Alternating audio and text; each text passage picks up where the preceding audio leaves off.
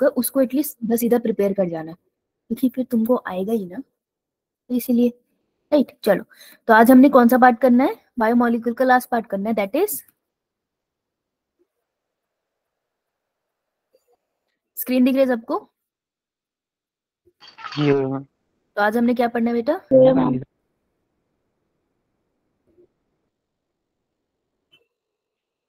बोल लो भाई, क्या पढ़ना है? नहीं बोलोगे? कार्बोहाइड्रेट्स। हाँ, इतना बड़ा बड़ा लिखा है, कमाल है। कार्बोहाइड्रेट पढ़ना हमने। तो अगर मैं इसको थोड़ा सा, अगर कंफ्यूजन है तो मैं इसको थोड़ा सा सम अप करके बताऊं, तो हम कह सकते हैं कि जब हम बायोमोलिक्यूल स्टार्ट किया था, तो जो मेन पार्ट है बायोमोलिक्यूल्स का, दैट वाज, एक था प्रोटीन्स, पढ़ लिया हम लोगों ने प्रोटीन्स। मैम। फिर आता है लिपिड्स, लिपिड्स पढ़ लिए। मैम। फिर कार्बोहाइड्रेट जो हम आज करने वाले हैं, ठीक है। और फिर आता है हमारे पास न्यूक्लिक एसिड। तो मेन जो इस चैप्टर में है वो यही है, चार। ठीक है, तो हमारे ये तीनों हो चुका है। नाउ हम लोग जा रहे हैं कार्बोहाइड्रेट की तरफ। इसके अलावा छोटे छोटे टॉपिक है, कंपोनेंट्स को कैसे अलग करते हैं वो एक एक्सपेरिमेंट हो गया। सेकेंड, मेटाबोलाइट्स क्या होते हैं, प्राइमरी सेकेंडरी मेटाबोलाइट्स, वो एक छोटू सा टॉपिक है। मेटाबॉलिज्म क्या होता है, वो एक छोटू सा टॉपिक है। तो वो हम बीच बीच में करते चले गए हैं, अभी भी और करेंगे। तो मेन हमने जो आज करना है that is a carbohydrate, right. Start करें फिर। मैम। अगर मैं नाम ही बोलूं कार्बोहाइड्रेट, तो आपको क्या पड़ रहा है, पता चलता है बेटा कि इसमें क्या मिलेगा आपको? कार्बन। और हाइड्रेट का मतलब वाटर, है ना। यानी कि आपको कार्बोहाइड्रेट में क्या मिलेगा? कार्बन भी मिलेगा, हाइड्रोजन भी मिलेगी और ऑक्सीजन भी मिलेगी। ये मेन ग्रुप होंगे इसके, एक के बाद चल रहा है, राइट, नाम से ही, है ना। तो कार्बोहाइड्रेट क्या होता है? कुछ नहीं होते, कार्बन हाइड्रोजन ऑक्सीजन के मॉलिक्यूल से मिलके एक मॉलिक्यूल बना है जिसे कार्बोहाइड्रेट कहते हैं। अपन लूज टर्म में इसको एक और नाम से बुलाते हैं, दैट इज शुगर्स। मीठी होती है ये। और शुगर्स के लिए एक और साइंटिफिक वर्ड होता है, दैट इज सैकेराइड्स। ठीक है, तो इससे हम पहचान जाते हैं अगर कोई भी साइंटिफिक वर्ड लिखा है वो सैकेराइड वर्ड पे एंड हो रहा है, that means they are talking about sugars, मीठी मीठी वाले, राइट। तो मीठी शुगर तो आप लोगों ने, किसी भी चीज में मिठास होती है, that because it has carbohydrate. Carbohydrate ही मीठापन देते हैं ना चीजों को। आर्टिफिशियल फ्लेवरिंग चलो अलग होगी, लेकिन बाकी carbohydrate are the mainly responsible, right. तो इनको हम आगे पढ़ेंगे, ठीक है। इतना लिख लिया सबने? इतना लिखो। एक सेकेंड, आ रहे हैं ना बच्चे? हाँ,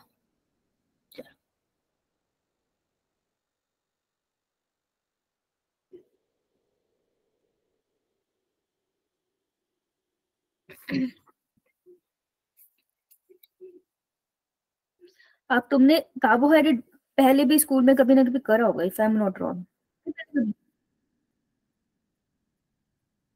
केमिस्ट्री वाले सर के साथ बायोमोलिक्यूल्स कर चुके हो? मैम। केमिस्ट्री। तुमको बहुत ज्यादा आता होगा, कोई सीन ही नहीं है फिर तो। तुम्हारे लिए छोटू सी रिवीजन है, और एक तरफ से ये समझना है कि बायो के पर्सपेक्टिव से आपको क्या याद रखना है ना। इसमें तो ज्यादा कुछ है भी नहीं। एक सेकंड में खुद को होस्ट बना लूं, अदरवाइज को बच्चा बाहर ना रह जाए। बेटा तबीयत कैसी है बीमार बच्चों की? फर्क पड़ा? कोई मैम फर्क? सुबह और शाम कोल्ड लग जाता है, दिन में ठीक होते हैं हम। दिन में तो फिर धूप होती है, धूप वूप सेकते हो? No ma'am. No ma'am. बेटा छिपकली से कुछ सीखो, थोड़ी धूप तुम भी सेको। धूप सेका वो करो। तो कोल्ड ब्लडेड एनिमल है। हैं? कोल्ड ब्लडेड है वो तो। हाँ तो बेटा तेरा भी हाल वही है ठंड से। आजकल तू भी सेक ले थोड़ी धूप, अच्छा लगेगा इतनी ठंड में। चल, तो कार्बोहाइड्रेट, कार्बन, कार्ब, मीठी मीठी शुगर। अब इसमें कौन से फंक्शनल ग्रुप होते हैं? एक आपको इसके अंदर क्या मिलेगा? दारू, that is alcohol. Alcoholic group which is OH group. और दूसरा आपके पास इसके पास क्या मिलेगा? CHO। CHO stands for aldehyde या कीटो? एल्डिहाइड। तो आपको इसके पास एक बार अल्कोहलिक ग्रुप मिलेगा और दूसरा ग्रुप आपको मिलेगा एल्डिहाइड। तो दो फंक्शनल ग्रुप इसको आप इसमें आपको मिलते हैं। देखो ये क्वेश्चन क्योंकि बायो के पर्सपेक्टिव से वो आपसे पूछ सकता है जनरली, ठीक है। स्टेटमेंट बेस्ड क्वेश्चन में उसको स्टेटमेंट्स बना रहे हो तो वो भी पूछ सकता है, तो इसलिए ये पॉइंट्स इंपॉर्टेंट हो जाते हैं। अब जो कार्बोहाइड्रेट यानी शुगर, शुगर कौन से वाले बॉन्ड्स बनाते हैं? तो आपको न्यूक्लियोटाइड से भी याद होगा कि ये जो शुगर होती थी ये बॉन्ड बनाती थी नाइट्रोजनस बेस के साथ। तो कौन सा बॉन्ड होता था ये? Glycosidic bond. हाँ, तो bond they form is glycosidic bond. Bonds पे क्वेश्चन आते हैं, बहुत इंपॉर्टेंट। तो ग्लाइकोसिडिक बॉन्ड हो गया ये। लिखा इतना, ये लिखो, यही लिख लो क्योंकि तुम्हारे प्री बोर्ड चल रहे हैं, मेरे को पता है तुमने बना लिए नोट्स। और प्लीज प्रेजेंटेशन मत छोड़ के रखना, क्योंकि वो तुम कभी नोट्स नहीं बनाओगे उसके, और बाद में अफसोस होगा। सोचो तुम्हारे पास इतना सिंपल पेपर आ जाए, कौन से बॉन्ड्स मिलते हैं कार्बोहाइड्रेट में, या कार्बोहाइड्रेट प्रोटीन फैट में कौन से बॉन्ड्स मिलते हैं, और आपको ऑप्शंस मिल जाए। इतना इजी पेपर हो गया ना, वो तुम क्यों छोड़ के आओगे यार?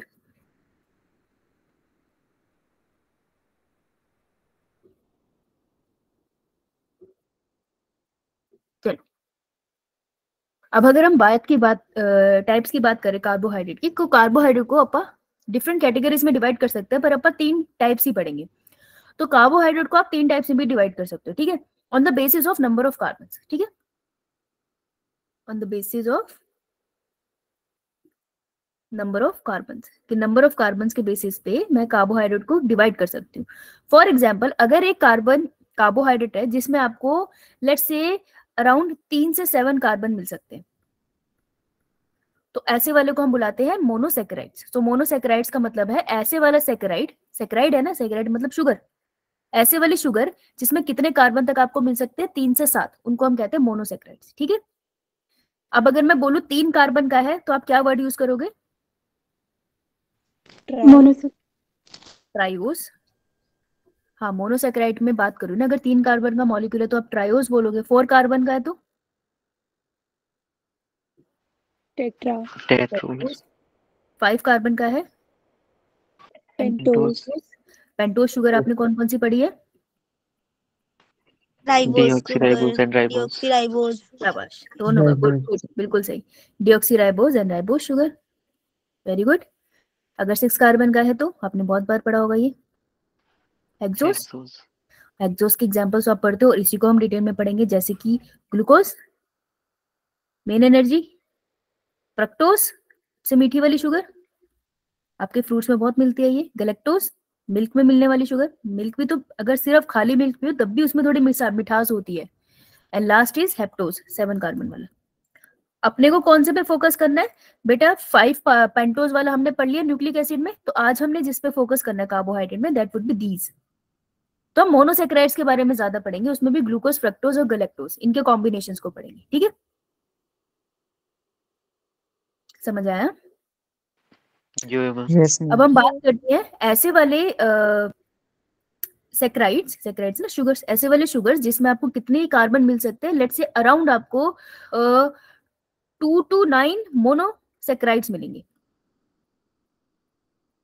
ठीक है। तो आप समझ लो कि यहाँ पर एक कार्बन का मॉलिक्यूल था, लेट्स से 1 2 3 4 5, 5 कार्बन का एक मॉलिक्यूल है। अब ये 1 2 3 4 5, ये 5 कार्बन का एक मॉलिक्यूल, इसी के साथ एक और लगाओ, 1 2 3 4 5, तो ये एक मोनोसेक्राइड है और एक और मोनोसेक्राइड है, तो इनको हम बोलेंगे दे कम अंदर ओलिगोसेक्राइड्स। ओलिगोसेक्राइड अलग अलग साइड टाइप के होते हैं, डाइसेक्राइड्स आपने सुना होगा। तो ओलिगोसेक्राइड्स का मतलब है 2 या 2 से ज्यादा का कॉम्बिनेशन सेक्राइड्स का। क्लियर? Last is poly. बेटा पॉली का मतलब मैनी। तो अगर आप ध्यान से सुनना, अगर मैं कर दूं 10 या मोर, 10 या 10 से ज्यादा मोनोसेक्राइड्स की चेन हो, तो उन्हें हम क्या बुलाएंगे? पॉलीसेकेराइड। हाँ, तो सबसे, अगर मैं बोलूं साइज वाइज सबसे बड़े कौन से होंगे? पॉलीसेकेराइड्स। पॉलीसेकेराइड्स होंगे, ठीक है। हाँ, तो ओलिगोसेकेराइड और पॉलीसेकेराइड में क्या फर्क है कि दोनों के पास होते तो मोनोसेकेराइड्स के ग्रुप है, लेकिन पॉलीसेकेराइड्स के पास 10 से ज्यादा होंगे और ओलिगोसेकेराइड के पास अंडर 9 होंगे। क्लियर? Yes ma'am. ओके, अब आपको वो एक्सपेरिमेंट याद है जब हमने चाय छाननी से छाना था सारा टिश्यू को? तो एसिड जो ऊपर रह गया था उसे हम क्या बुलाते थे, फिल्ट्रेट या रिटेंटेट?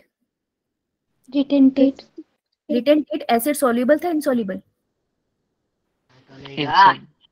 इनसॉल्युबल। Acid insoluble. तो ये सब कुछ आपको कार्बोहाइड्रेट किस में मिलते थे, एसिड सॉल्युबल है इनसॉल्युबल? नीचे मिलता है या ऊपर मिलता है? ऊपर नीचे मिलते थे।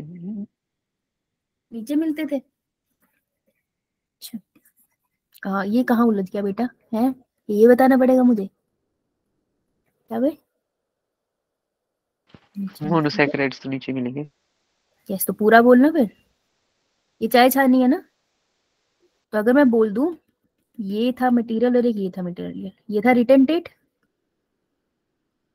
ठीक है, और नीचे वाला था मेरा फिल्ट्रेट। तो अगर मैं बोलूं मेरे को मोनोसैकेराइड्स कहाँ मिलेंगे, तो मोनोसैकेराइड्स मेरे को यहाँ मिलेंगे, लेकिन मुझे ओलिगोसैकेराइड और पॉलीसैकेराइड कहाँ मिलेंगे? रिटेंटिव। ऊपर। हाँ, ओलिगोसैकेराइड्स एंड पॉलीसैकेराइड्स ऊपर मिलेंगे। क्लियर सबको? Yes, ma'am. अगर वो आपको सिंपल बोले कार्बोहाइड्रेट कहाँ मिलेंगे, तो आप सिंपली बोलोगे आपको रिटेंटेट में मिलेंगे, ठीक है। अगर मैं बोलूँ सिर्फ कार्बोहाइड्रेट तो आप ये बोलोगे, लेकिन अगर उसने स्पेसिफाई किया ना कौन सा कार्बोहाइड्रेट, तो आपको बताना पड़ेगा। तो आप बताओगे कि हाँ भाई ओलिगो पॉली ऊपर मिलेंगे लेकिन मोनोसैकेराइड नीचे मिलेंगे, ठीक है। तो डिपेंड करता है क्वेश्चन में क्या पूछा है, याद रहेगा। अगर मैं Yes, बोल दूं ma'am. रिटेंटेट में मेरे को बताओ अमीनो एसिड कहाँ मिलेंगे, फिल्ट्रेट में। अमीनो एसिड आपको नीचे मिलेंगे, लेकिन अगर मैं बोल दूं प्रोटीन्स कहाँ मिलेंगे? रिटेंटेट। हाँ, समझ आई बात। अगर मैं आपको बोल दूं न्यूक्लिक एसिड कहाँ मिलेंगे? ऊपर। फिल्ट्रेट। ऊपर। लेकिन अगर मैं तेरे को बोलूं Retentive. न्यूक्लियोटाइड कहाँ मिलेंगे? नीचे आना पड़ेगा तुझे, समझ आई बात। Yes, ma'am. इस चीज का ध्यान रखना, क्वेश्चन कितना स्पेसिफिक पूछ रहा है, पूछेगा तो बी वेरी केयरफुल। चलो आगे चले। ठीक है, अब जो ये होते हैं ना कार्बोहाइड्रेट, मोस्टली किस तरीके के होंगे, आपको रिड्यूसिंग नेचर के मिलते हैं, ठीक है। रिड्यूसिंग नेचर का क्या मतलब होता है? टॉलरेंस टेस्ट दे देते हैं। टॉलरेंस टेस्ट दे देते हैं, और रिड्यूसिंग नेचर का फैलिंग सॉल्यूशन दे देते हैं। अच्छा, और कोई मॉलिक्यूल रिड्यूसिंग है मतलब क्या, कुछ लूज करता है वो या कुछ गेन करता है? हाइड्रोजन गेन करता है।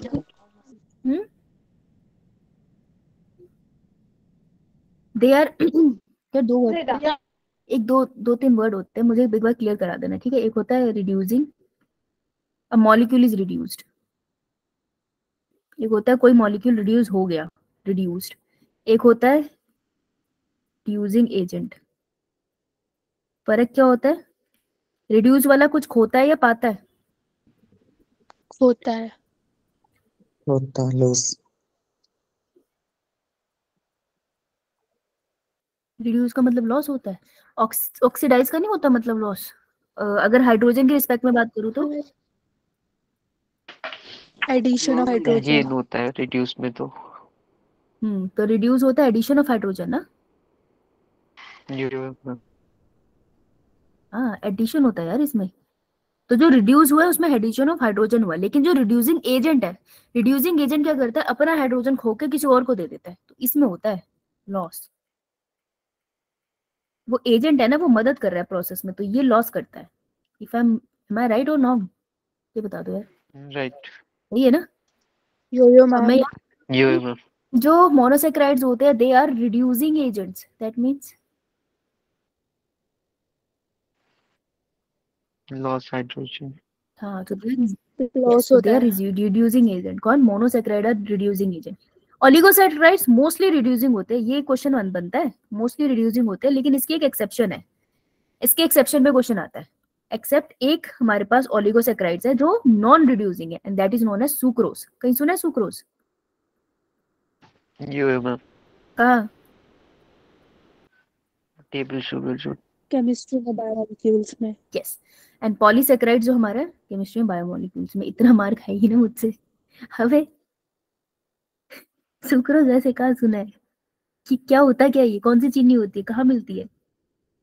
जो घर पे मिलती है। जो घर पे मिल जाती है, जो घर पे चीनी खाती है, दैट इज सुक्रोज। और पॉलीसैकेराइड्स कैसे होते हैं हमारे? Non reducing. तो ये रिड्यूसिंग नॉन रिड्यूसिंग आपको याद रखना पड़ेगा। क्लियर?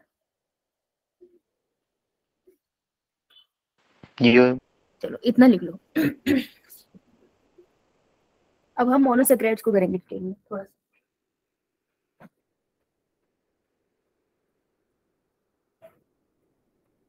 ज्यादा तो हमें पॉलीसेक्राइड्स की तरफ जाना है, पर थोड़े से एग्जांपल है, ज्यादा कुछ है भी नहीं। लिखो इसे। अरे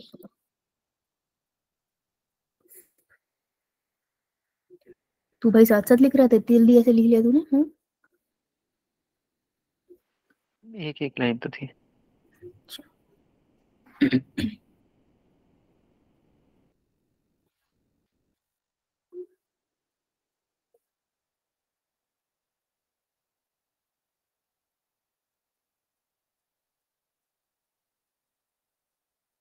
बाकी बच्चों का डन? ये मैम। ठीक है। देख बेटा, अगर हम पॉलीसेक्राइड से पहले एक जनरल पॉइंट बताती हूँ। वैसे तो हम लोग ये करते हैं जब हम लोग डाइजेशन वाला चैप्टर करते हैं, पर अब ह्यूमन डाइजेशन वाला चैप्टर हट गया ना आपके पास से, ये है ना? तो इसको यहाँ लिख लो, क्योंकि ये थोड़ा सा काम आ सकता है कहीं पे इनडायरेक्टली। ठीक है, तो इसको हम लिख लेते हैं कि डाइसेक्राइड्स क्या होते हैं। डाइसेक्राइड्स पहले मेरे को बताओ, अगर मैंने बोला डाइसेक्राइड मतलब दो सेक्राइड, तो मैं किस में काउंट करूंगी? मोनोसेक्राइड, ओलिगोसेक्राइड या पॉलीसेक्राइड? दो सेक्राइड का ग्रुप, ओलिगोसेक्राइड। ओलिगोसेक्राइड। ओलिगोसेक्राइड। ठीक है, तो ओलिगोसेक्राइड का एग्जांपल है which is a disaccharide. Disaccharide is nothing but, किसका कॉम्बिनेशन है? Two monosaccharide. हाँ, 2 मोनोसेक्राइड्स का। कौन सा होगा? Glycosidic glycosidic. बॉन्ड। अरे शाबाश, मतलब तुमको पता चल रहा है बात क्या हो रही है। ठीक है, जब कोई बेसिक आंसर कर पाया ना, इसका मतलब उसको समझ आ रहा है। बेसिक आंसर नहीं कर पाता दैट मीन्स उलझे हम। ऐसे होता है, आप डिफिकल्ट आंसर कर पाते हो, लेकिन अगर आप बेसिक नहीं आंसर नहीं कर पा रहे ना, तो कॉन्सेप्ट क्लियर नहीं होता, ऐसा मेरा मानना है। ठीक है, तो इसमें आपको तीन है जो आपको याद रखनी है। First is sucrose, second is lactose, and third is maltose. Sucrose is a combination of glucose plus fructose. fructose. Lactose is glucose plus galactose. galactose. Galactose. And maltose is glucose plus glucose. glucose. Yes. ये combination लिख लो please.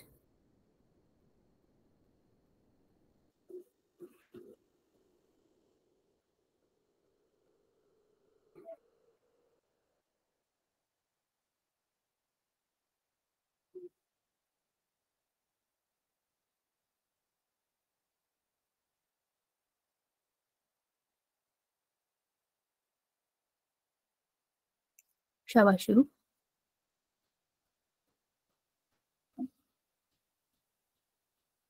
चलो आते हैं, turn कर लो ना। अब हम बात करते हैं पॉलीसेक्राइड्स की। तो हम यहाँ थे, हमने बोला मोनोसेक्राइड की बेसिक सी बात करी, उसमें कौन सा बॉन्ड है? ग्लाइकोसिडिक बॉन्ड है। हमने कहा कौन से फंक्शनल ग्रुप है? OH ग्रुप है और एल्डिहाइड ग्रुप है। कहा ठीक है, monosaccharide on the basis of carbon हमने डिवाइड कर दिया।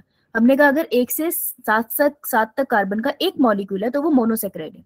अगर मॉलिक्यूल मोनोसेक्राइड दो या दो से ज्यादा के कॉम्बिनेशन में मिल जाए तो ओलिगोसेक्राइड, और अगर बहुत बड़ी चेन मिल जाए मोनोसेक्राइड की तो अपन उसको पॉलीसेक्राइड कह देंगे। इतनी सी बात करी, फिर हमने कहा आगे बढ़ते हैं और एक छोटी सी बात जानते हैं ओलिगोसेक्राइड के बारे में, कि यह सुक्रोज, लैक्टोज, मेल्टोज कौन से दो मोनोसेक्राइड से मिलके बने हैं। ये भी खत्म। अब हमारे पॉलीसेक्राइड, ये वाले पे पॉलीसेक्राइड, ठीक है, जो नॉन रिड्यूसिंग एजेंट्स होते हैं उनकी बात करने वाले हैं। तो पॉलीसेक्राइड दो तरीके के होते हैं, एक होते हैं होमोपॉलीसेक्राइड्स और एक होते हैं हेट्रोपॉलीसेक्राइड। होमोपॉलीसेक्राइड्स का मतलब क्या होगा? वो मतलब सेम टाइप ऑफ मोनोमर से। हाँ, सेम मोनोमर यूनिट। तो same type of monomer unit से मिलकर बने हैं। ठीक है, जैसे अगर मैंने बोल दिया फॉर एग्जांपल, मैंने बोल दिया ये ग्लूकोज और ग्लूकोज, सारी चेन ग्लूकोज ग्लूकोज के मॉलिक्यूल से मिलकर बनी है, तो दिस इज अ मोनोसेक्राइड। ठीक है, अगर मैंने बोल दिया गलेक्टो, तो सारी चेन गलेक्टोज गलेक्टोज के मॉलिक्यूल से मिलकर बनी है, तो दैट इज अ मोनोसेक्राइड। समझ आया? मोनोसेक्राइड्स क्या होते हैं? ये यो मैम। ठीक ये है, होगा। मतलब ये भी चेन, जैसे हम प्रोटीन में मोतियों की चेन बोलते थे अमीनो एसिड की, ये भी चेन है। इट जस्ट दैट सारे मोती एक जैसे होंगे, दैट इज होमोपॉलीसेक्राइड। तो हेट्रोपॉलीसेक्राइड्स का मतलब क्या है कि अलग अलग चेन होगी। जैसे पहला मोनोमर मेरे पास हो गया नैग, अगला मोनोमरिक यूनिट मेरे पास हो गया नैम, फिर मेरे पास हो गया एक नैग, लेट्स से फिर मेरे पास हो गया एक नैम। तो ये चेंज हो रहे हैं ना, तो चेंज मोनोमर यूनिट के कॉम्बिनेशन है ये, तो इसको अपन बोलते हैं हेट्रो पॉलीसेक्राइड्स। क्लियर? यो तो वो क्या था जिसमें नैग और नैम की चेन मिलके एक स्ट्रक्चर बनता है? काइटिन। काइटिन था, सोच ले।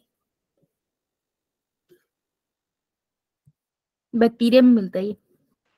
Glycocalyx. Cell wall. Yes, peptidoglycan. तो peptidoglycan is nothing but a heteropolysaccharides जो नैग और नैम की यूनिट से मिलके बनता है। याद आया थोड़ा थोड़ा? यो बहुत बार बोला था मैंने, यो मजा ले, याद है तुमको? है NAG stands for N acetyl glucosamine. Acetyl glucosamine, और NAM stand for N-acetyl muramic acid. Muramic acid. अब अगर आप इसको देखोगे किसी हेल्प बुक में, तो वहां पे इसका पूरा स्ट्रक्चर बना रखा है और एक्सप्लेन कर रखा है। बायोमोलिक्यूल्स खोलो, कहीं पे भी स्ट्रक्चर बना हुआ है नैग और नैम का? देखना, जितने डायग्राम है कहीं पे बना है, देख के बताओ।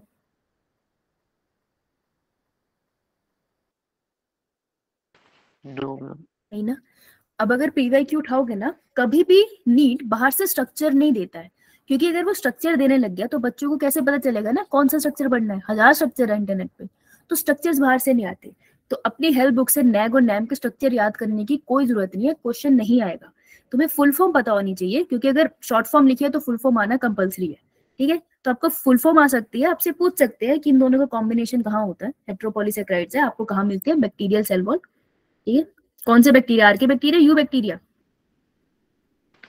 यो बैक्टीरिया। हाँ, eubacteria. Archaebacteria में नहीं थी, इसलिए हम उसको फॉल्स बैक्टीरिया भी बोलते थे। पेप्टिडोग्लाइकन नहीं होती है उसमें। ठीक है जी, तो आपसे ये क्वेश्चन पूछ सकते हैं, लेकिन इसका स्ट्रक्चर याद करने की कोई जरूरत नहीं है। क्लियर सबको? यो तो नहीं गए? No no ma'am. मैम।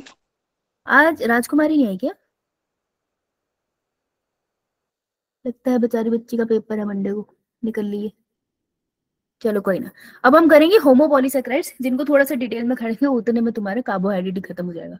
होमोपॉलीसेक्राइड्स की बात करेंगे तो इसके कुछ एग्जांपल है जो इंटरेस्टिंग है। ठीक है, अब होमोपॉलीसेक्राइड्स ऐसे होते हैं जो बॉडी में स्टोरेज करने के काम भी आ रहे हैं, और कुछ है जो स्ट्रक्चर फॉर्मेशन के भी काम आ रहे हैं।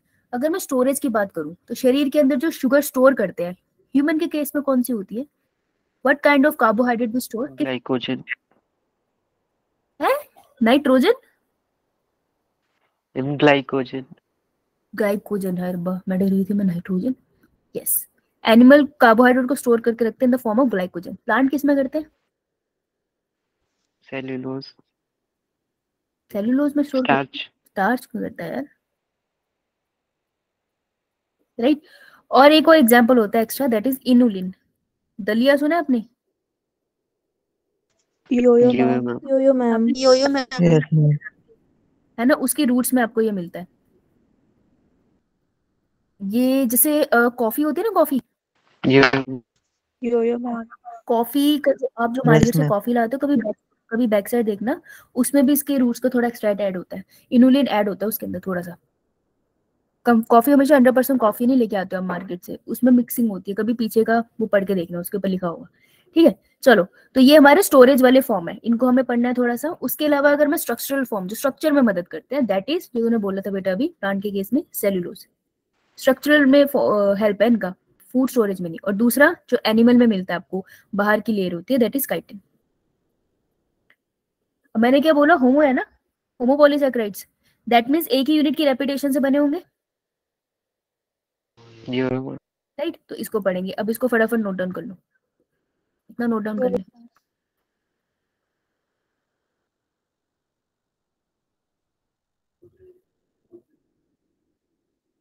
अरे अरे अरे, इतनी जल्दी लिख लिया? शुरू साथ साथ लिख रही थी। मैम आदत पड़ी है बचपन से कि साथ साथ लिखना है। अच्छा, पैदा होते से स्टार्ट हो गई थी, एक हाथ से रो रही थी एक हाथ से लिख रही थी, है ना? ये बिल्कुल प्रैक्टिस है मेरी, एमबीबीएस के नोट्स बनाने की प्रैक्टिस कर रही हूँ मैं अभी से, है ना? कुछ नहीं बोलेगी। वो ऐसे ही होता है वहाँ पे, कहते हैं ना डॉक्टर्स की हैंडराइटिंग खराब होती है, उनको शौक थोड़ी है, इतनी जल्दी इतना सारी इन्फॉर्मेशन होती है तो नोट्स इतनी जल्दी बनाने की आदत हो जाती है कि हैंडराइटिंग खराब ही हो जाती है।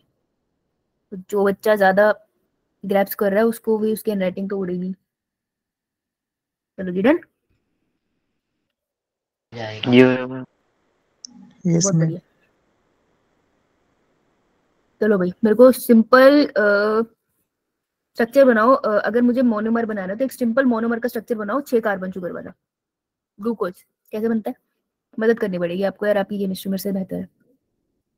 तो 6 कार्बन है ये तो मुझे पता है, मेरे को ये बता देना हाइड्रोजन किधर और ऑक्सीजन किधर। 2 3 4 5 6 कार्बन हो गए, ठीक है। बताओ भाई OH वाला ग्रुप कहाँ लगाऊं? कार्बन नंबर 1 पे, कार्बन नंबर 6 पे? But चलिए यहाँ लगा देती हूँ, ठीक है। लेफ्ट साइड है ये मेरी और ये मेरी राइट साइड है। तो this is a carbon number 1, numbering याद रख लेना, बॉन्ड बनाने के काम आएगी। Carbon number 2, carbon number 3, carbon number 4 5 6। तो मेरे को बताओ कार्बन नंबर 1 पे left right hand side, right hand side की तरफ मैंने वो लिख दिया। अब मैं अगले में क्या लिखूं? OH लिखूं या H लिखूं?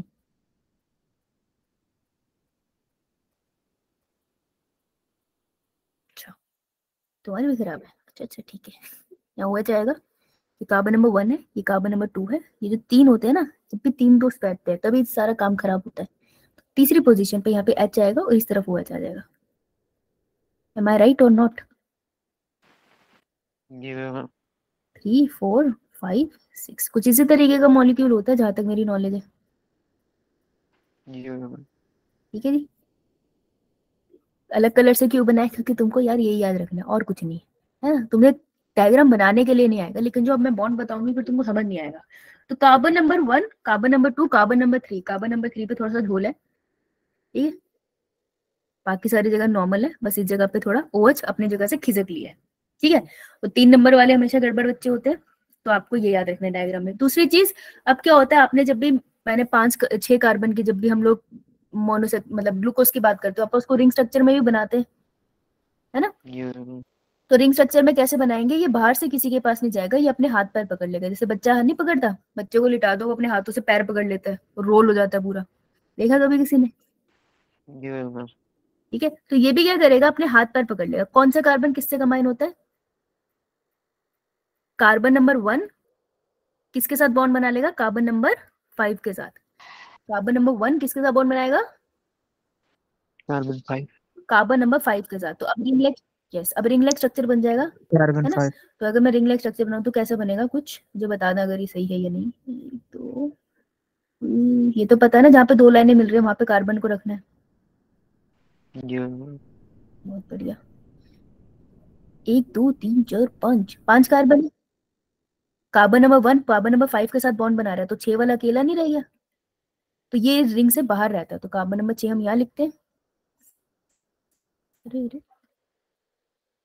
अबे समझ आया या नहीं? Yeah. ठीक है, तो ये मेरा कार्बन नंबर 6 है। ना समझ आया तो उसके ऊपर नंबर लिख लिया करो, ओए सामने नहीं, ओए यहाँ लिखना है, होगा पढ़ो, ठीक है जी। और ये कार्बन नंबर 1 का ऑक्सीजन है, ये यहाँ पे इसका ऑक्सीजन है, क्लियर। अब मेरे को बताओ, जिसके घर में बहुत होता है ऐसे, मेरा बेटा हाय मेरा बेटा, वो अपने लड़कों को सर पे बिठा के रखते हैं, ऐसा है? Yeah. देखा ही होगा तुमने, ये कहीं ना कहीं देखने को तो मिल ही जाता है, हाय मेरा प्यारा बेटा। कहीं धरती पे रख दिया तो गिर गंदा ना हो जाए।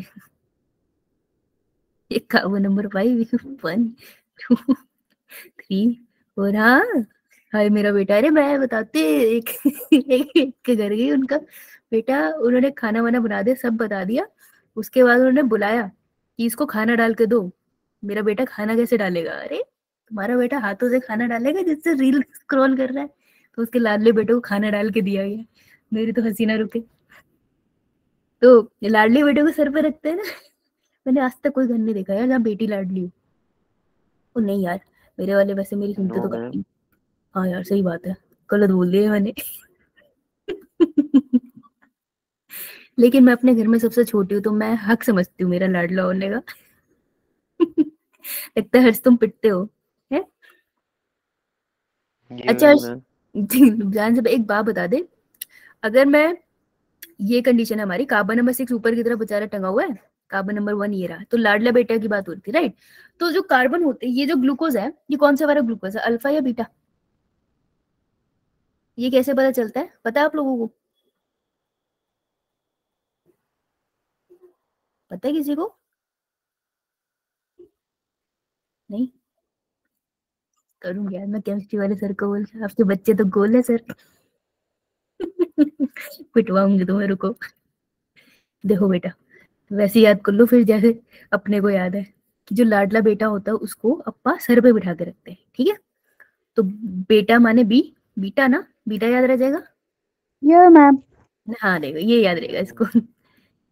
बीटा से ये बेटा मैम। याद रखना, तो कुछ मत करना। पहचान देखो, बायो को पर्सपेक्टिव से पहचानना तो आना चाहिए, नहीं तो बहुत ही दिक्कत हो जाएगी, तुम्हारे 4 नंबर खा लिए जाएंगे।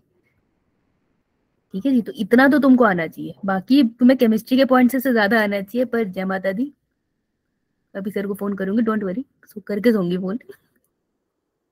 कुछ मत करो, कार्बन नंबर 1 को देखना है हमें, ठीक है। अगर लाडला बेटा ऊपर है, अब कार्बन नंबर 1 ये है ना, अगर लाडला बेटा ऊपर है कि जब कार्बन 5 कार्बन 1 के साथ बॉन्ड बनाएगा तो यहाँ पे OH ग्रुप आ जाएगा।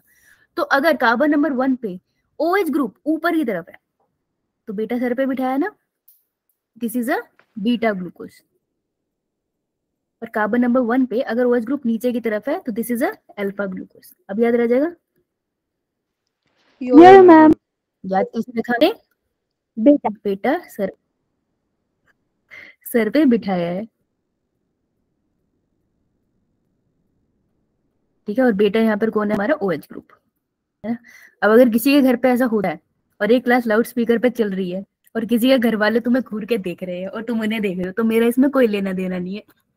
मैं तो तुमको बस याद दिलाने की कोशिश कर रही हूँ, ठीक है। अगर इसके बाद किसी के घर में लड़ाई कर ले तो मैं रिस्पॉन्सिबल नहीं हूँ।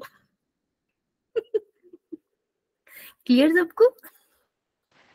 ईयरफोन यो मैम। Yes ma'am. डन। ये मैम मैं तो हेडफोन लगाया है। अरे मैंने तो हेडफोन लगाया है, मेरे घर तो नहीं होगा। अपना अपना देख लो। चलो, वह तो अल्फा ग्लूकोज और बीटा ग्लूकोज का फर्क देख के बता दोगे? Yeah, ma'am. ठीक है, ये तो अब मैंने मोनोसेक्राइड बनाया, डाइसेक्राइड है, पॉलीसेक्राइड, क्या बनाया मोनोसेकेराइड बेटा? मोनोसेकेराइड। 6 कार्बन है ना, एक ही यूनिट बनी है, तो दिस इज मोनोसेक्राइड। अब अपने को क्या बनाना है, अपने को इनको कंबाइन करना है, ठीक है। तो कंबाइन करने में आपको 2 तरीके के मॉलिक्यूल से पूछा जाता है। एक वो आपसे पूछते हैं मेल्टोज, मेल्टोज के बारे में आपने सुना ही होगा, ये मैम कहाँ मिलती यो है? मैम। अभी सुनो ऑलिगोसेकेराइड बहुत पिटेगा भाई, बहुत पिटेगा। देखो, यहाँ पर मेल्टोज मेंशन नहीं करा, ग्लाइकोजन मेंशन किया, लेकिन स्ट्रक्चरल का ना इनका जो बॉन्ड है ना, इसमें कंपैरेटिव क्वेश्चन आता है, इसलिए मैं साथ में करा रही हूँ, ठीक है। एक तो स्टोरेज वाला ग्लाइकोजन है जिसका स्ट्रक्चर मैं तुम्हें कराने वाली हूँ, और एक मेल्टोज है जो मैंने तुम्हें यहाँ निकाला था, ग्लूकोज प्लस ग्लूकोज की यूनिट, ठीक है। तो दोनों ग्लूकोज प्लस ग्लूकोज की यूनिट है। फर्क किस तरीके से आएगा, फर्क कुछ इस तरीके से आएगा, उनके स्ट्रक्चरल फॉर्म में थोड़ा सा फर्क है। जैसे मैं पूरा स्ट्रक्चर नहीं बनाने वाली, मैं तुमको बस बॉन्ड बना के दिखा रही हूँ कि मेल्टोज इज डाइसेक्राइड या पॉलीसेक्राइड? डाइसेकेराइड डाइसेक्राइड, ठीक है। ये कौन सा वाला ग्लूकोज है, अल्फा या बीटा? Alpha alpha. अल्फा, ठीक है। This is carbon number 1, alpha का कार्बन नंबर 1, तो मैं इसको लिख दूंगी अल्फा 1, ठीक है। अब इसी के सामने एक और यूनिट लगा दो, सेम की सेम है तो सेम कलर से बना देती हूँ।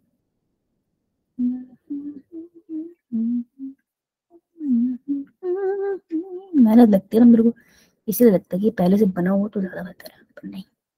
OH ये कार्बन नंबर 1 है, तो ये कौन सा कार्बन होगा, 1 2 3 4 हो गया। ये मैम नीचे रखते हैं इसको। ये वाला वैसे कौन सा है, अल्फा या बीटा?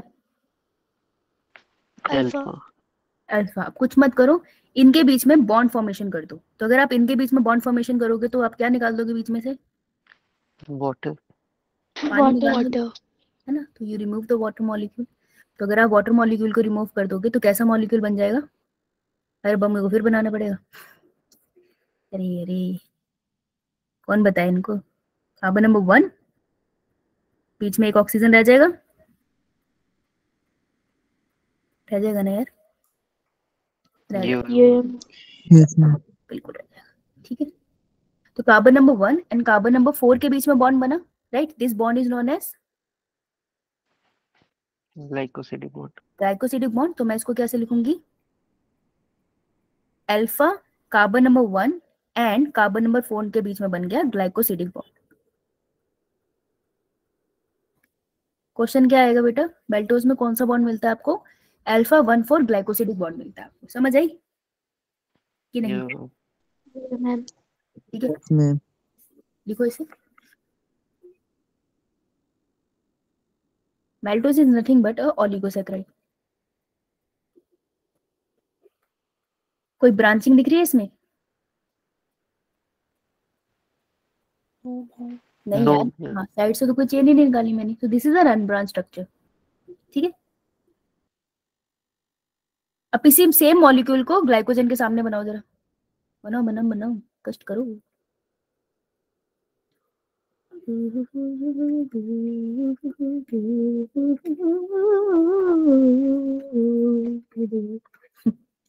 हम मेरे को मेरे ग्रेजुएशन के पेपर याद आ गए, जब भी मैं रिंग बनाती थी उल्टा सीधा होता था, ओहो, आज भी होता है ये, ठीक है। अब यहाँ पे कार्बन नंबर 6 कहाँ होगा, ये कार्बन 5 है, ये कार्बन 6 है, राइट। कार्बन नंबर 6 के साथ आप एक और मोनोमर यूनिट को ऐड कर दो, ठीक है। तो अगर आप यहाँ पे भी एक और मोनोमर यूनिट को ऐड कर दोगे तो मैं कह सकती हूँ यहाँ पे ब्रांचिंग हुई है। अगर मैं सिंपल स्ट्रक्चर बनाऊँ ना, देखो ये जो तुमने बनाया ना यहाँ पर मेल्टोज में, तो तुमने ऐसे चेन बना दी है सीधी सीधी, ठीक है। ब्रांचिंग कैसे दिखाते हैं, ब्रांचिंग हम ऐसे दिखाते हैं कि एक सीधी चेन है, उसमें आप इस तरीके का स्ट्रक्चर दिखाओगे, सो दिस इज ब्रांचिंग। तो ग्लाइकोजन क्या होता है, ग्लाइकोजन वो मॉलिक्यूल है जिसमें आपको ब्रांचिंग दिखाई देगी। तो क्वेश्चन क्या बनता है, क्वेश्चन आपको स्ट्रक्चर तो आएगा नहीं उसका, आपको क्वेश्चन ये बनेगा कि ग्लाइकोजन में आपको कैसी वाली बॉन्डिंग मिलती है। तो इसमें अल्फा 1,4 ग्लाइकोसिडिक बॉन्ड मिलेगा, Yo ये वाला जो बॉन्ड है कौन सा है बेटा, विनय कौन सा बॉन्ड है, L alpha 1,4 glycosidic bond. Alpha 1,4 glycosidic bond. अब ऊपर की तरफ जा, जो ये कार्बन नंबर 6 से बन रहा है, ये 6 वाला है ना, राइट। तो यहाँ पर कौन सा बॉन्ड बनता है, alpha 1,6 glycosidic bond.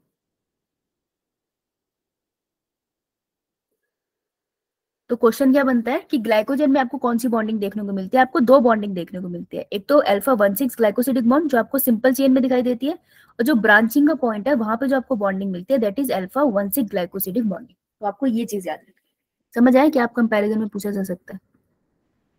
Yo ma'am. भाई यो इसमें मैम समझ आया Yes, बात ma'am. में क्या आया, लिखो फिर अगर आ गया तो।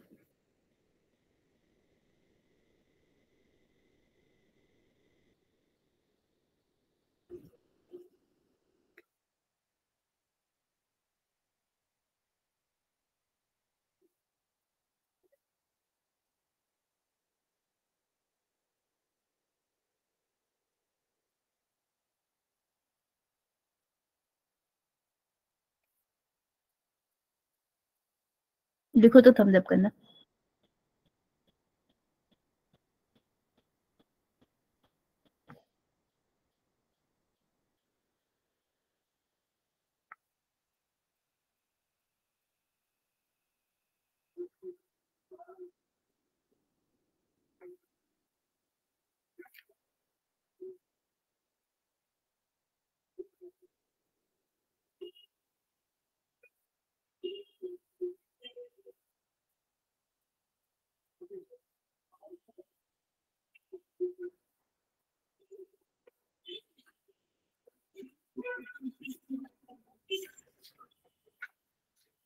डन। अच्छा तुम भी तो रिंग बना रहे हो। Yo ma'am.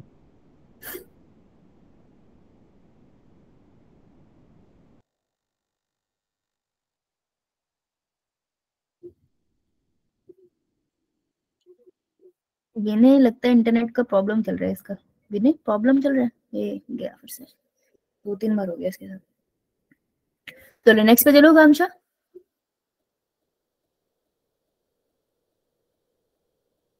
यो मैम ठीक है पीछे आते हैं।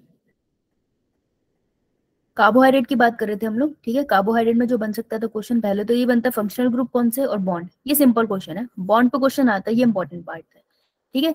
सेकंड क्वेश्चन बन सकता है type of carbohydrate on the basis of carbon, monosaccharide, oligosaccharide and polysaccharide का फर्क कर लिया। फिर ये बन सकता है कौन सा रिड्यूसिंग कौन सा नॉन रिड्यूसिंग है, तो सबसे इंपॉर्टेंट इसमें है जो ओलिगोसैकेराइड, ये मोस्टली रिड्यूसिंग होते हैं, लेकिन इसमें एक एक्सेप्शन है सुक्रोज जो कि नॉन रिड्यूसिंग होता है। तो एक 4 मार्क का क्वेश्चन यहाँ से सीधा सीधा बनता है, ठीक है। फिर हम आगे गए, हमने फिर आगे देखा कि जो पॉलीसैकेराइड्स होते हैं वो दो टाइप के हो सकते हैं, होमोपॉलीसैकेराइड्स एंड हेटेरोपॉलीसैकेराइड। अगर पॉलीसैकेराइड पे क्वेश्चन आएगा तो ये मेन पार्ट है उनका, तो यहाँ से क्वेश्चन पूछते हैं। पहला क्वेश्चन वो तुम्हें यहाँ इसी एग्जांपल से पूछ लेंगे, इसी शीट से, कि सिंपल पूछ सकते हैं which of the following are heteropolysaccharides और which of the following are homopolysaccharide. तो तुमको होमोपॉलीसैकेराइड में पेप्टिडोग्लाइकन लिख देंगे तो तुमको पता चल जाएगा डिफरेंशिएट करना है, तो जो नाम लिखे हैं वो इंपॉर्टेंट है। विच of the following homopolysaccharide is a structural, जिसका काम स्ट्रक्चरल फॉर्म में यूज होता है, स्टोरेज के फॉर्म में नहीं। तो ये जो डिफरेंस ये लिखे हैं ना एग्जांपल्स के, सीधा सीधा एग्जांपल से क्वेश्चन बनता है आपका, ठीक है। और पेप्टिडोग्लाइकन को क्वेश्चन आपका बैक्टीरिया वाले चैप्टर में मोनिरास में भी कंपेयर होके आ सकता है। क्लियर ये बात? फिर क्वेश्चन बन सकता है हमारे पास ये कि ये जो बॉन्ड होता है अल्फा एंड बीटा ग्लूकोज, आपको पहचानने के लिए वैसे तो नहीं आना चाहिए, पर इन केस आपको पता तो होना चाहिए डिफरेंस, क्योंकि देख के याद नहीं रखता, तो हमें याद रह गया बीटा जहाँ पे OH ग्रुप को सर पे बिठाया हुआ है। फिर उसके बाद आपको मेल्टोज और ग्लाइकोजन में फर्क आ सकता है, आपको पूछ सकते हैं कौन सा बॉन्डिंग है, तो आप बोलोगे सिंपल ग्लूकोज से ग्लूकोज कंबाइन हुआ थ्रू 1,4 ग्लाइकोसिडिक बॉन्ड। लेकिन अगर ब्रांचिंग होती है तो जनरली ब्रांचिंग में जो बॉन्ड देखा जाता है वो 1,6 ग्लाइकोसिडिक बॉन्ड देखा जाता है। मोस्टली अल्फा ग्लूकोज ही है जिसके बारे में हम एटलीस्ट स्टडी करते हैं, राइट। ये कंपैरिजन डन। अब एक बहुत छोटी सी बात है, अगर मैं प्लांट्स की बात कर लूं तो मेरे को पता हो प्लांट्स के अंदर आपको शुगर मिलती है, तो हम पढ़ते हैं ना प्लांट शुगर बनाते हैं through the process of photosynthesis. तो फोटोसिंथेसिस से बनाते हैं कौन सी वाली शुगर है? They form starch, glucose. They form glucose बेटा, ग्लूकोज को वो क्या करते हैं फॉर्म, ठीक है। अब अगर ग्लूकोज को फॉर्म कौन करता है, रूट्स करती है या लीव्स करते हैं? लीव्स, लीव्स है ना। तो अगर ये पेड़ है, यहाँ पर ग्लूकोज बनी है, तो इस ग्लूकोज को रूट्स तक भी तो जाना होगा ना उसे जिंदा रखने के लिए, है ना। यानी कि ये जो ग्लूकोज है ये ट्रेवल करती है, glucose is not very good at travelling, तो प्लांट इसको मॉडिफाई करते हैं जो ट्रांसपोर्ट में यूज करते हैं। तो जो ट्रांसपोर्ट में वो यूज करते हैं ग्लूकोज की मॉडिफाइड फॉर्म, उसको अपन बुलाते हैं सुक्रोज। तो what is a sucrose? Form of glucose use in transport in plant, ठीक है जी। प्लांट स्टोर भी करते हैं कुछ सुक्रोज अपने लिए, है ना। Yes ma'am. अब अगर उनको थोड़ी सी शुगर अपने लिए स्टोर करनी है तो वो कौन से फॉर्म में स्टोर करते हैं? वही फॉर्म जो तुम आलू में खाते हो, आलू में स्टोर शुगर होती है ना, मीठा होता है आलू, यस। तो स्टोर फॉर्म कौन सी है? Starch. So what is a starch? Form of carbohydrate in plants. Clear सबको ये तीनों का फर्क? बड़ा बेसिक फर्क है, मैम। ठीक है। तो ये तीनों लिख लो एक बार। ग्लूकोज जो बनती है, सुक्रोज जो ट्रांसपोर्ट होती है, एंड स्टार्च जो स्टोर होती है प्लांट के केस में। इसलिए स्टार्च इज अ कार्बोहाइड्रेट जो हम खाते हैं आलू से, स्वीट पोटैटो में ज्यादा होता है।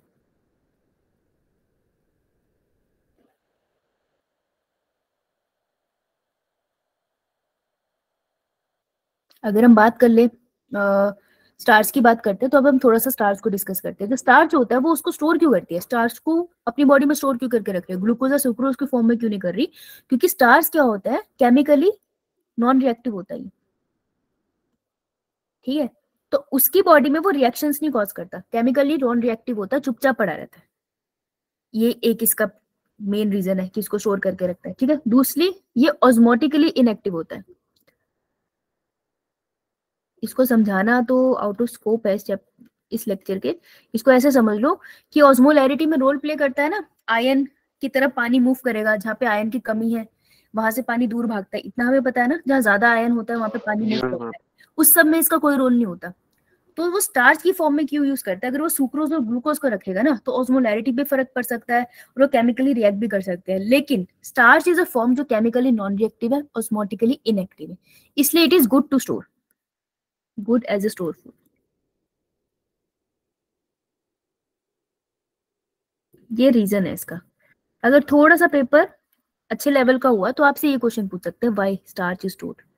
अभी तक ऐसा क्वेश्चन मैंने देखा नहीं है, पर बन सकता है। क्लियर? Yes, ma'am. अब स्टार्च इज अ होमोपॉलीसेकेराइड और हेटेरोपॉलीसेकेराइड? होमोपॉलीसेकेराइड। होमोपॉलीसेकेराइड। नहीं तो मैंने जितने तुम्हें पीछे कराए हैं, देखो सारे होमो ही है ना, सिर्फ एक ही तो है हेटेरोपॉलीसेकेराइड, दैट इज पेप्टिडोग्लाइकन। उसकी अपने बात ही नहीं करनी ज्यादा। तो होमोपॉलीसेकेराइड स्टार्च ये बना होता है ग्लूकोज से, ठीक है? तो ग्लूकोज की रेपिटेटिव यूनिट से बना होता है। इसमें जो ग्लूकोज की रेपिटेटिव यूनिट है ना, उसका स्ट्रक्चर थोड़ा चेंज है। तो इस ग्लूकोज की स्पेशल यूनिट को आप बुलाते हैं दो अलग नाम से, ठीक है? अब कंफ्यूज मत होना, हेटेरोपॉलीसेकेराइड मत समझ लेना इसको। इसका जो ग्लूकोज मॉलिक्यूल है वो थोड़ा मॉडिफाई है, और ये modified form of glucose molecule is known as, मैं आगे बना रही हूँ। अरे अब स्टार्च की बात कर रहे हैं क्योंकि इंपॉर्टेंट है, और स्टार्च पे क्वेश्चन बनता है आयोडीन से रिलेटेड। तो मैं ऐसे बना सकती हूँ, starch is made up of दो यूनिट से। एक होती है, आपने शायद सुना हो, अमाइलोस, सुना है? Yes, ma'am. और अमाइलोपेक्टिन। यार ये होती ग्लूकोज ही है, बस उसकी थोड़ी सी मॉडिफाई वो फॉर्म है, इसलिए हम इसको अलग नाम से बुलाते हैं, ठीक है जी? तो अमाइलोज और अमाइलोपेक्टिन से मिलकर ये बना होता है। अमाइलोज और अमाइलोपेक्टिन के बीच में ऑब्वियसली डिफरेंस करने के लिए थोड़ा तो बनता ही है। मेन फर्क इनमें क्या होता है? सिर्फ स्ट्रक्चर का। अमाइलोपेक्टिन, जो अमाइलोज होती है वो कुछ नहीं होती, वो हेलिकल फॉर्म होती है कुछ इस तरीके से, जैसे रिंग होता है ना अपना, this is something like a ring like ये मैम। स्ट्रक्चर। और अमाइलोपेक्टिन कैसा होता है? Amylopectin is a branch structure. कब समझ सकते हैं ना इसमें कैसी वाली बॉन्डिंग मिलती होगी? अमाइलोज में कैसी बॉन्डिंग मिलती होगी? 1,4 alpha 1,4 alpha glycosidic bond. Alpha 1,4 glycosidic bond, right? और अमाइलोपेक्टिन में आपको कौन कौन से मिल जाते होंगे? Alpha 1,4 alpha glycosidic bond and 1,6। 1,6 glycosidic bond. Very good, correct, right. अब जो स्टार्च है वो मैंने बोला था ना केमिकली इनएक्टिव होता है, कोई रिएक्शन नहीं देता, बोला था ऐसा? Yes, ma'am. ये मैम। देखो केमिकली इनएक्टिव बोला ना मैंने, नॉन रिएक्टिव है। तो अगर मैं ऐसा बोल दूं, अगर ये कंडीशन है तो मैंने एक मीडियम लिया, उसके अंदर लेट से मैंने स्टार्च डाल दिया, ठीक है? Starch is nothing but a combination of these two, तो मैंने ऐसे बना देती हूँ, ठीक है? मैंने बोला ये केमिकली नॉन रिएक्टिव है। तो अगर ये केमिकली नॉन रिएक्टिव है और इसके अंदर मैं थोड़ी सी सॉल्यूशन डाल दूं आयोडीन की, आयोडीन चीजों को कौन सा कलर दे देता है? Blue black. हाँ ब्लू ब्लैक, ब्लू कलर सा होता है, डार्क सा ब्लू होता है, ब्लैक ब्लैक दिखता है ना? तो ब्लू कलर दे देता है। अगर ये केमिकली नॉन रिएक्टिव है तो स्टार्च का सॉल्यूशन का कलर तो चेंज नहीं होना चाहिए था ना, टेक्निकली तो नहीं होना चाहिए था ना। Yes, ma'am. लेकिन आप थोड़ी देर में देखोगे कि आपको सॉल्यूशन कैसे दिखाई देगी, solution turn blue. This is a question कि अगर स्टार्च नॉन रिएक्टिव था तो भाई सॉल्यूशन कैसे नीली हो गई, सोचने की बात है ना। यही नीट आपसे क्वेश्चन पूछता है, ठीक है? तो हम इसमें नोट लिख लेंगे क्योंकि ये बहुत इंपॉर्टेंट है कि ये है केमिकली नॉन रिएक्टिव, तो लिख लो इसे, starch is non reactive, no doubt. लेकिन इसका स्ट्रक्चर देखो कैसे रिंग लाइक स्ट्रक्चर है ना। सो इट इज लाइक घुंघराले से बाल है, अगर मेरे घुंघराले बाल है, कुछ उसमें फंस जाएगा ना, अगर मैं उसके ऊपर छोटा सा कुछ मारूं, कागज का गोला बना के मारूं तो फंस जाएगा। कुछ वैसी होता है इसमें कि क्योंकि अमाइलोज का जो स्ट्रक्चर है वो रिंग लाइक स्ट्रक्चर है, तो जो आयोडीन के मॉलिक्यूल्स होते हैं वो इसके बीच में आके फंस जाते हैं, ठीक है? तो ये बात हम लिख सकते हैं कि starch is non reactive, the iodine molecule, लिख लो, molecule gets stuck in rings of amylose. As a result, solution turns blue. समझ आई? Yes, ma'am. So this is a 4 mark question कि स्टार सॉल्यूशन ब्लू की turn हो जाती है। भाई वो chemically react नहीं करता, बस उसमें आयोडीन आके बेचारा फंस जाता है, ओके? Yes, ma'am. ये लिख सकते हो आप लोग,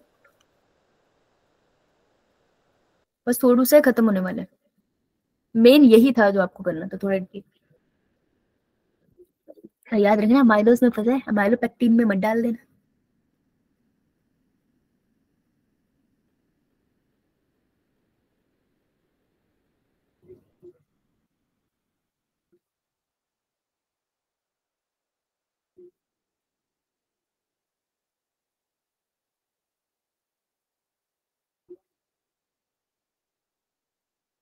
डन? यो मैम। बहुत बढ़िया। नेक्स्ट की बात करते हैं, छोटू सा ये सेलुलोज। कहाँ मिलता है बेटा सेलुलोज? प्लांट सेल वॉल में। हाँ, ये ग्लूकोज और ग्लूकोज की यूनिट है, आपको कहाँ मिलता है? सेल वॉल ऑफ प्लांट्स में। ठीक है, इसमें कोई ब्रांचिंग नहीं होती। आपसे ये क्वेश्चन आता है, ये इसमें ब्रांचिंग है। ब्रांचिंग आपको सिर्फ माइलोपेक्टिन में मिली थी, ठीक है, और मेल्टोज में मिली थी।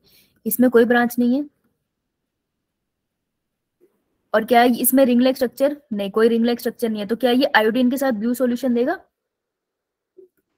No No. Ma'am. No blue colour with iodine. ये कंपैरिजन में पूछते हैं आपसे, तो याद रखना सिर्फ स्टार्च देगा और कुछ नहीं देगा, सिर्फ स्टार्च देगा। ठीक है, तो इतना सा सेल्यूलोज का पार्ट था। आगे आगे बढ़ते हैं हम। तो एक हमारा बचा है पीछे, देखो, इनुलिन। इनुलिन दलिये की रूट्स में आपको मिल जाता है। तो आपसे ये पूछ लेते हैं कि ये कौन सी यूनिट से मिलकर बना है। सो this is a polymer of fructose. ठीक है, तो फ्रक्टोज से मिलकर ये बना होता है। मीठा मीठा होता है ये बहुत, राइट। और आपको कहाँ मिलता है? रूट्स ऑफ दलिया। ये भी ब्लू कलर नहीं देता, क्योंकि कंपैरेटिव क्वेश्चन आता है इसलिए पूछ रहे हो, बता रहे हो। And last one is chitin. Chitin कहाँ मिलता है भाई? एक्सोस्केलेटन में आर्थ्रोपोड्स के। आर्थ्रोपोड के एक्सोस्केलेटन के अंदर। तो काइटिन सबसे पहला क्वेश्चन होमोपॉलीमर फंगस है। Cell wall. हाँ, cell wall of fungi. Homopolymer है हेटेरोपॉलीमर? होमोपॉलीमर। होमोपॉलीमर। यूनिट कौन सी है इसकी? किन से मिलकर बनता है? नेग। फंजाई के ऊपर अपनी नाक घुसाने की जरूरत नहीं है, ये बोला था ना। तो नेग इसकी मोनोमर यूनिट है। ठीक है, और आपको एक्सोस्केलेटन ऑफ आर्थ्रोपोडा मिलता है, लिखने की जरूरत है? चलो, एक्सोस्केलेटन ऑफ आर्थ्रोपोडा। और आपको कहाँ मिलता है? फंजाई। दो जगह पे आपको आराम से मिल जाता है। ठीक है, काइटिन का कंपैरिजन आता है विद पेप्टिडोग्लाइकन। तो पेप्टिडोग्लाइकन में नैग और नैम होता है, लेकिन काइटिन में सिर्फ नैग होता है। ये फर्क याद रखना। ओके, ये लिखो एक बार। Yes ma'am. ये ना तुम्हारा प्री बोर्ड कब है बेटा? मैम 21 से। अरे तो और खत्म कब होगा?